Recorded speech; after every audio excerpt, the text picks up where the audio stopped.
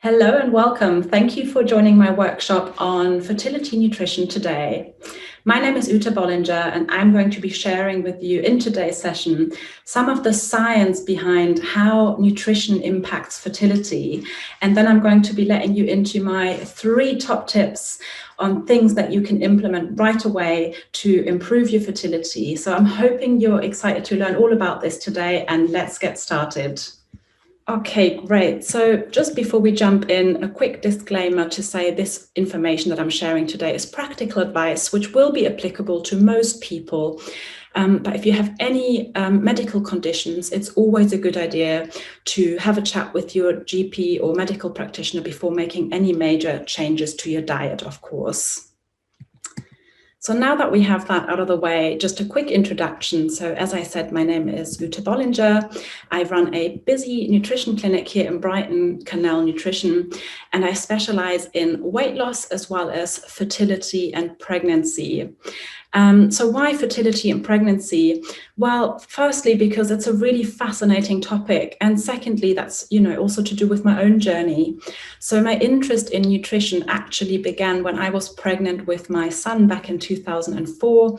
And I just became absolutely fascinated by the human body and the foods that we eat and how they can impact our health, our fertility and pregnancy, as well as our baby's health whilst it's developing.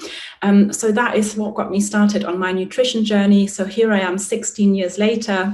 And as I said, running a busy nutrition practice here in Brighton, where I see clients for all sorts of reasons, but my greatest passion being fertility and pregnancy. I am also very, very proud to be working with Dr. Carol and her team here at the Agora Clnic, which is why I've created this workshop here specifically for Agora patients. So thank you so much for joining me again, and let's get started. So, as I mentioned, we are going to look at, first of all, some of the science behind why nutrition impacts fertility, and then we're going to share some more practical tips. But I'd be really interested in finding out what you know already. So before we actually jump into the information, have a little think about what you know already about nutrition and how it impacts fertility. There's a lot of information available online. Some of it is, I would say at best, a little bit confusing or very confusing. And at worst, unfortunately, some of the information that is available online is also not necessarily correct. So this is why it's great to be able to share my knowledge in a workshop such as this. And this is why I enjoy working with clients one-to-one as well. But have a little think about what you've been reading or what you might have been told by well-meaning relatives, and we'll come back to that in a moment. But I'm very aware that some of you may already be very familiar with this topic, and then others may not have heard of the concept before, of the fact that nutrition does actually play a role in fertility. So whichever category you fall into, I just wanted to share some of the evidence that we have behind how nutrition impacts fertility and your chances of successful pregnancy, as well as then your baby's health and development. So I've given you a couple of studies here that I've looked at. So the first one, really, really interesting study. So first of all, that shows us this concept is not new. The fact that we know that nutrition has a big role in fertility has been known for a very long time. So this study was over a decade ago in the Netherlands, where couples that were undergoing IVF treatment were divided into several groups, and some of them were given a very specific diet based on the evidence at the time of the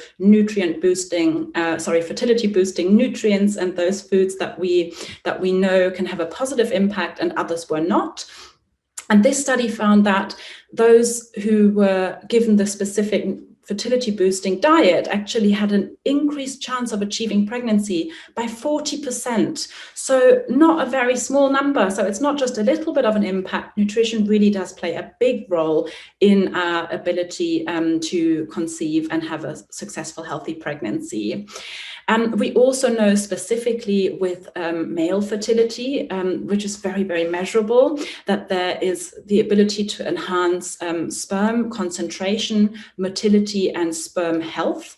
And this study was looking at specific micronutrients that were then supplemented at high doses in order to show very significant results, like I said, in increased sperm concentration and so on.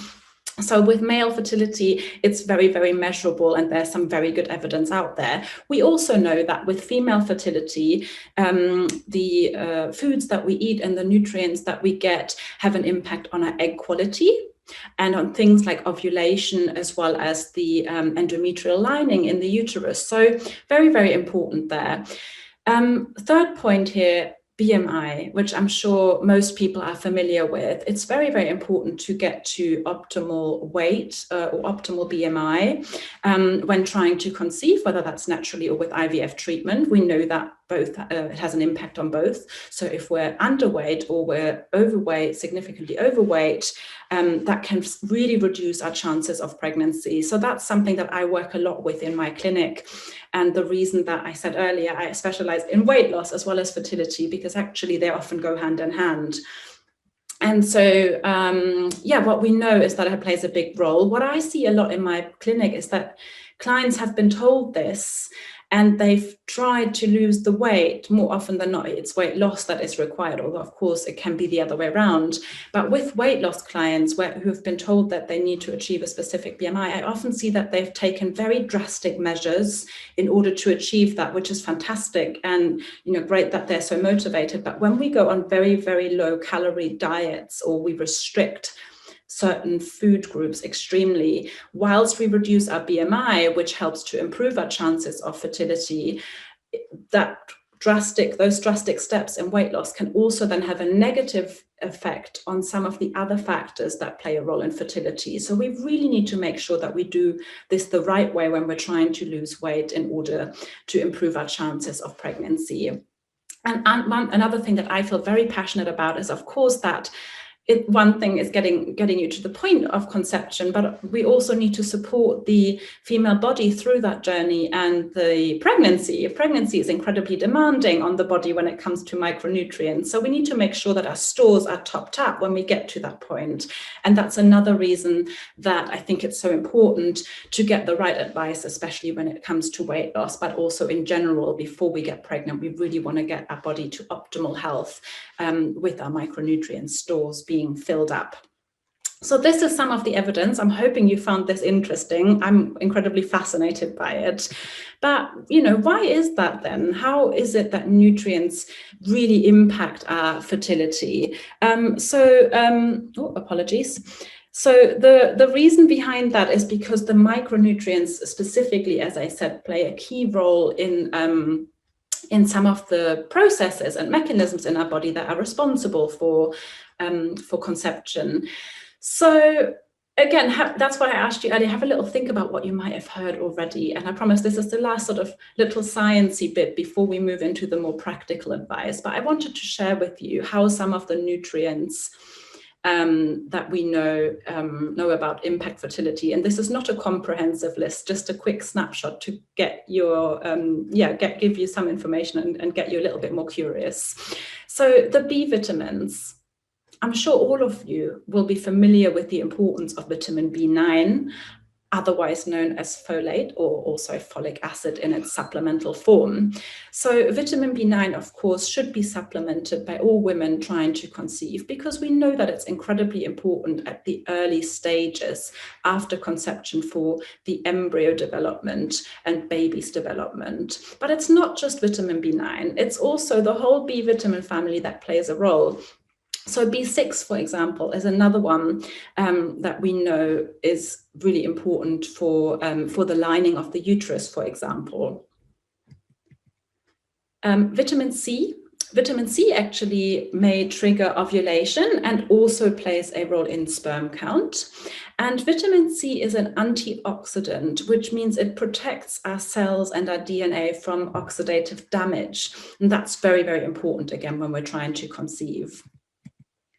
Zinc, I'm sure some of you may be familiar with. So this is very, very important, particularly in male fertility. Zinc is the mineral that is needed for testosterone production, and it's needed for sperm production. So supplementing zinc also has been shown, and that's one of the studies that I mentioned earlier, to help with sperm concentration and motility.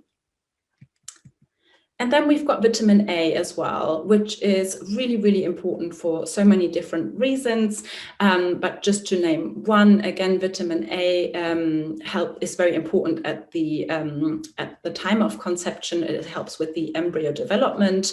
And a really important thing to know about vitamin A as well is that we shouldn't supplement it in its preformed state, because if you have too much of it, it's actually detrimental and can be a risk factor in pregnancy.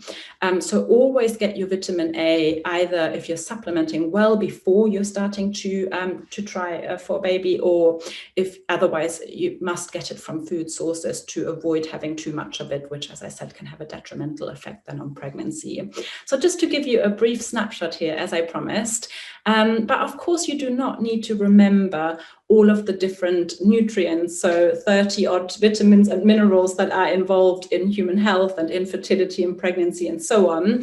There are much, much easier ways to learn and remember what is important when we're trying for a baby and when we're having IVF treatment. So we talked already about BMI and optimizing that. So all of the following steps that I'm going to give you will be helpful with fertility specifically, but some also may actually help with the BMI. So first of all, eat the rainbow. Probably not a new concept, but why is this so important?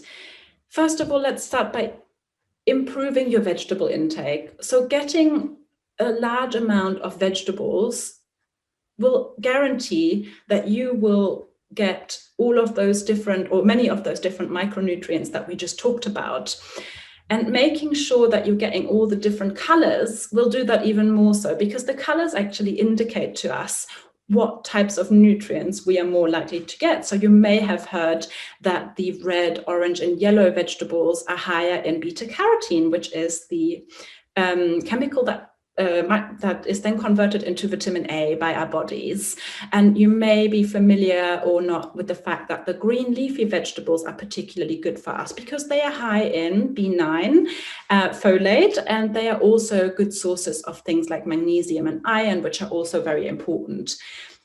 So making sure that you're getting enough vegetables and getting the rainbow, getting a wide variety of colors. So in much more practical terms, then how can we do that? So two things that I always recommend is, first of all, get a variety of some vegetables raw and some cooked. And that is because some nutrients are more bioavailable in the raw state and they get destroyed in cooking, and other nutrients are more bioavailable once the food has been cooked. So it's a good idea to get a combination of both.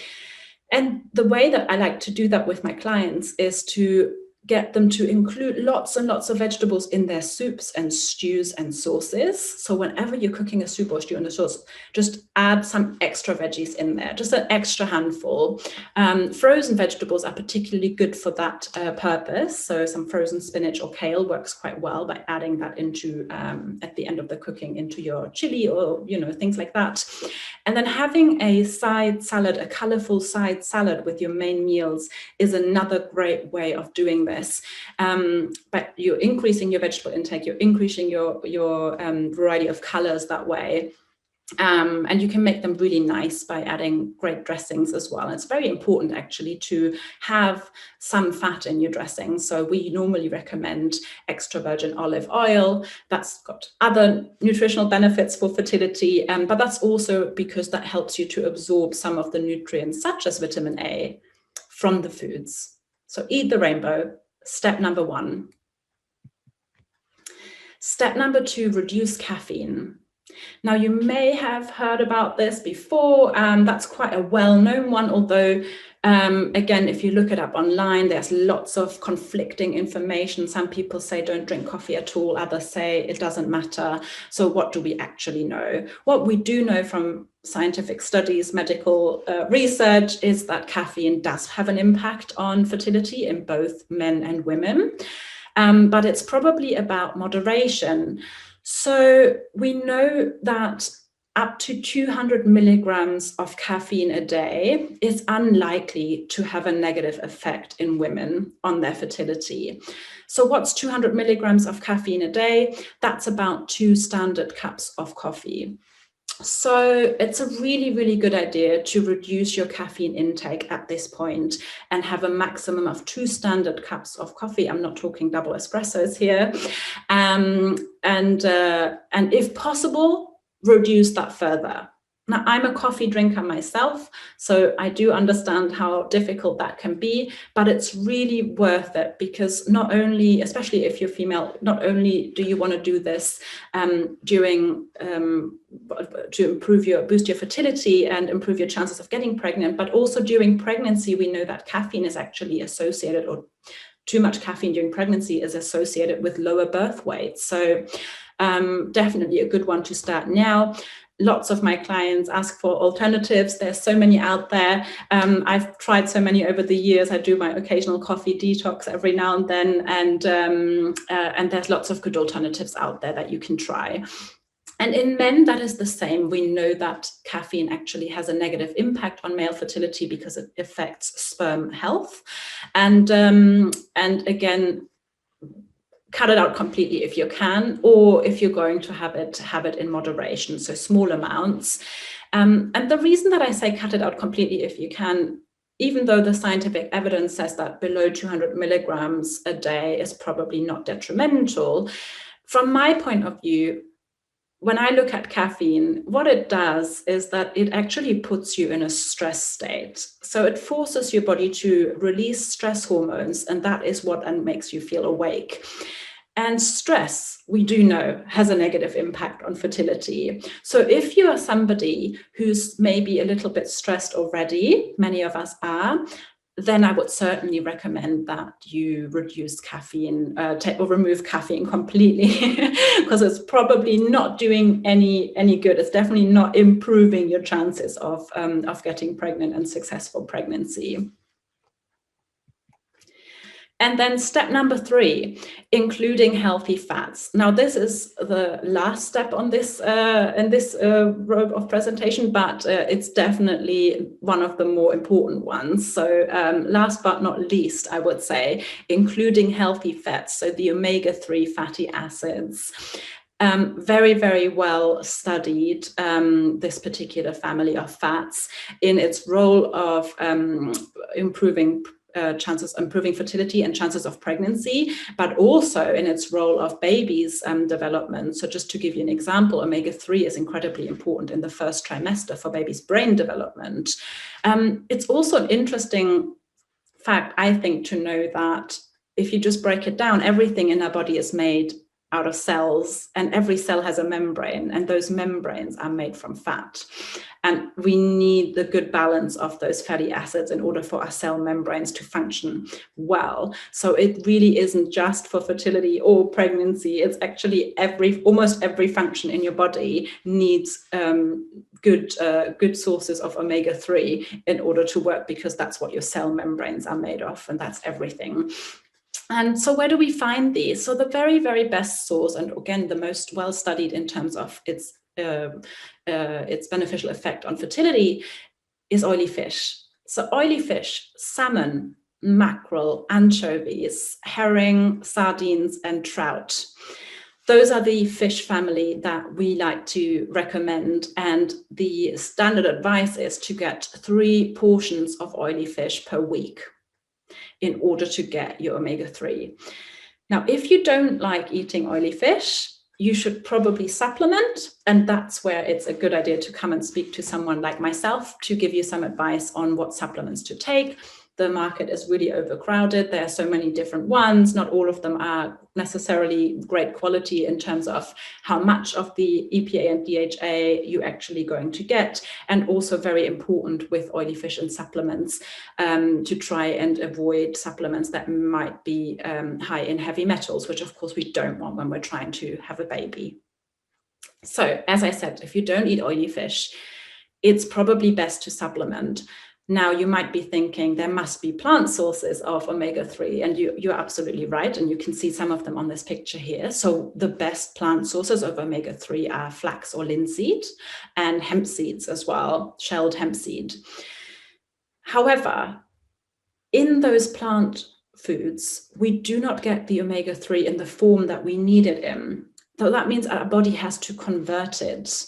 And we now think that up to 50% of people are not very good at that conversion. That's because the mechanism is just not very good, or maybe we're lacking the cofactors, so other nutrients, in order to do that conversion. And that's why when you are trying to conceive, why omega-3 is so important, I personally wouldn't recommend that you rely solely on plant sources for that. So there we go. So these are my 3 sort of top nutrition tips when it comes to fertility. Of course, again, they're not comprehensive, but let's just remind ourselves. So increase your vegetable intake and eat the rainbow. So getting a good variety of raw and cooked vegetables. So either in your soups and stews, you're adding side salads to all of your main meals. Reducing your caffeine intake or removing coffee from your life if you can. And including healthy fats. There are so many more things that I could share with you today, but we would probably be here for several hours, if not days. And of course, it's not all just about nutrition. It's also about lifestyle. So there are other factors that influence our fertility and our chances of pregnancy. So if you're interested in finding out more, let me just tell you a little bit about some of the benefits you could get by working with me, either one-to-one or as part of a group program. So effective and sustainable weight loss or gain, as I said, that's one of the things I also specialize in, and I've had some really, really good success results in helping people lose the weight in order to achieve their optimal BMI to start IVF treatment, and also keep that weight off. As we just learned, making sure that you're getting all of the different nutrients that are important for your fertility. And this is for both men and women, of course. And the other good thing about working with me is that it's not just about fertility and weight loss, but many of my clients also then tell me that they see other improvements in their health when they make these changes. Of course, that's because everything in the body is connected. So improved energy levels, improved mood, skin health are just some of the positive side effects that you may experience. The other thing is, of course, that making these changes to your diet for some people can be quite overwhelming, which is really normal.